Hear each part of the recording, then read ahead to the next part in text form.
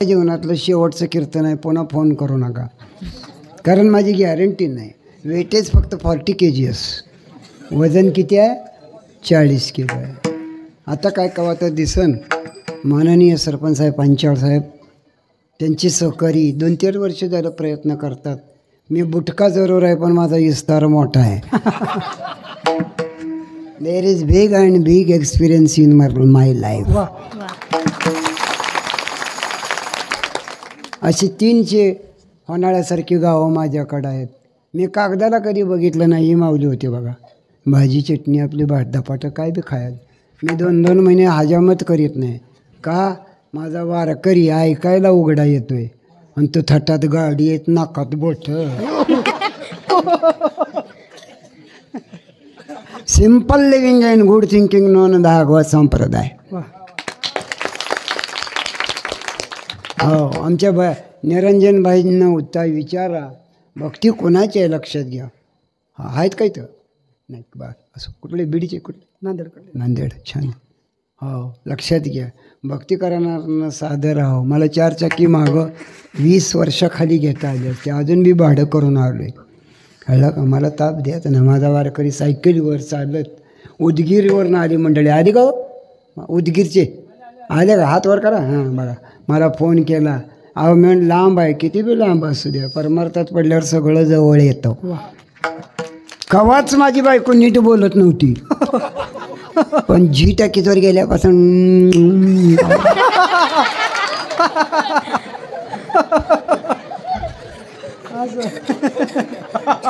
ऐसा याचा अनुभव लागला. माझं पोरगं इंजिनियर आहे. महिन्याला 15 आणते. किती हजार?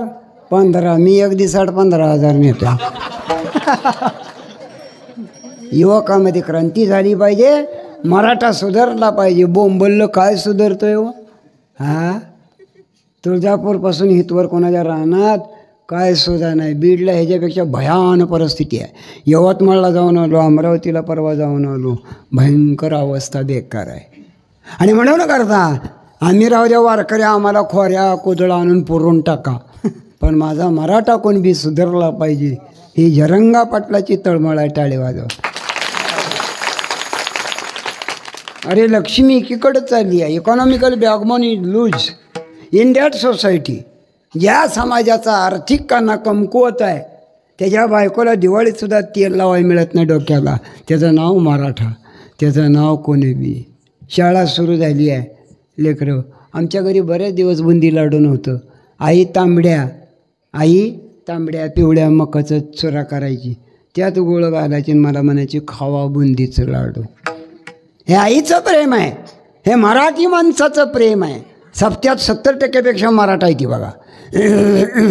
पांचाळ साहेब, हो, जास्तीत जास्त मराठाच शेती करू शकतो. जास्तीत जास्त देवळं बांधायचं काम आणि मोकळ्या हातानं देणगी द्यावी वी मराठ्यानेच. विठ्ठल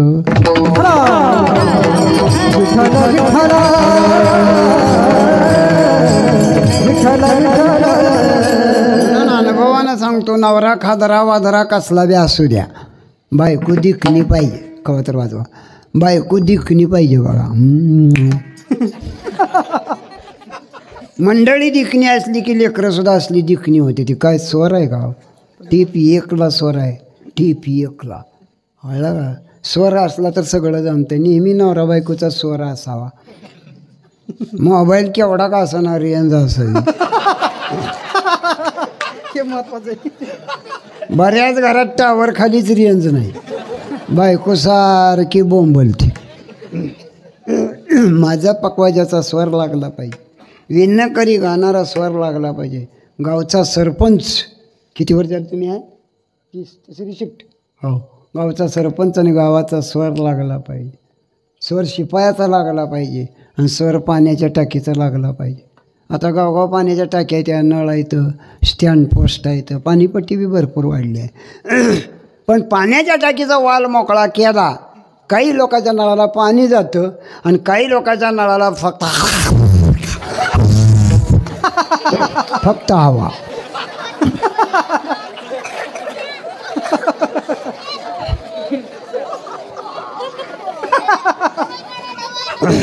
आणि ही पंच कमिटी म्हणती पाणीपट्टी भरा. मॅडम पाणीपट्टी भरतो पण नुसती हवा येते आहे. त्यातलं एक पंच म्हणला हवा तरी येते का नाही. मग तुम्हाला का हवा सोडासाठी निवडून दिली. पाणी द्या रो. ऐसा ज्याचा अनुभव. शेतीमध्ये झाडं हिरवी राहावी म्हणून शेतकऱ्यानं ड्रीप केली. तिला मराठीत ठिबक म्हणतात. त्याची तर लई चित्र. रात्री 2-2:30ला 3ला लाईट येते 3 फेज. मग मोटरीचा आटो खाली पडतो आणि ती ड्रीप चालू.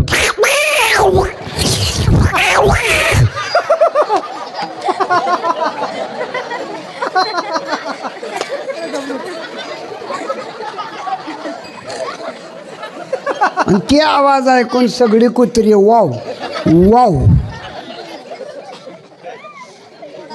भरपूर पाणी नाही प्यायला. भरपूर 8:30 नक्षत्र पडली. एक पाऊस आला नाही. एक साधा पाऊस आला. हो आताची आई बाळाला सांभाळू शकत नाही म्हणून सरकारनं अंगणवाडी काढली. आहे की नाही. अंगणवाडीचं काम इतकं बेकार आहे म्हणता. शेळ्या राखलेल्या परवडल्या पण अंगणवाडीचं काम नगर आहे बाबा. ती लेकरं का बघितली तुम्ही अंगणवाडी पुढं. चेडी निसटलेली, नाकात बोट, हातात भाताचा डबा.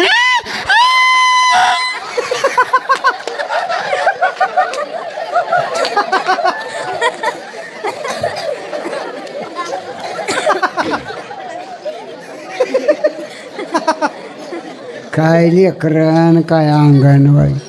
त्या अंगणवाडीच्या मास्तरणीला पगार बी भरपूर नाही हो. तसलं पार्सल आणायचं नेऊन सोडायचं. आहे की नाही. येणं करायच्या घरी, यांच्या घरी, त्यांच्या घरी. हो का झाली अशी परिस्थिती. जमिनीच्या पोटात पाणी नाही. अंतःकरणामध्ये जिव्हाळा उरला नाही. भजनामध्ये देवाबद्दल प्रेम नाही. कळलं का. आता ही मोबाईल आल्यापासून पोरासांचा तर ताल संपला बघा. हां पोरं येड्यावाने जायते. आहो एक तर काल कोरड्या आडातच पडलं असं बघत.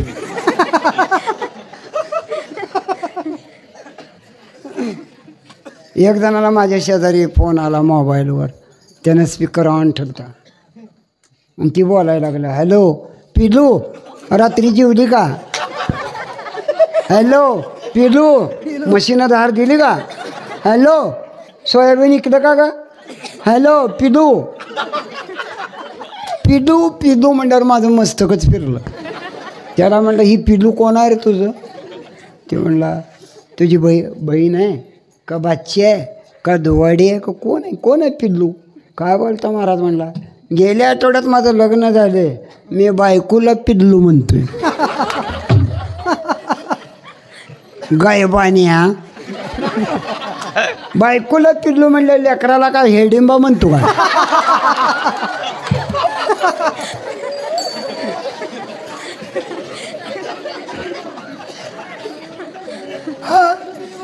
येड्याचा बाजार आहे. हे असं का झालं. काय पाहिजे. जिव्हाळा संपत झाला. जाण्या बाकी